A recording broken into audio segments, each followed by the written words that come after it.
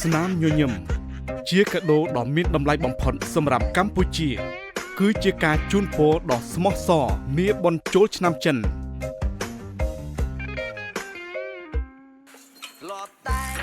ឆ្លងឆ្នាំថ្មី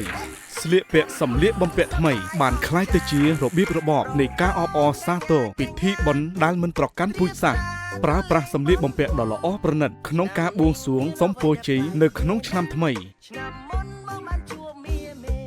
ការយកចិត្តទុកដាក់ទៅលើការចងចាំនៃរសជាតិគឺជាលក្ខណៈនៃការឆ្លងបុណ្យដ៏សំខាន់បំផុតនៅក្នុងពិធីបុណ្យមួយ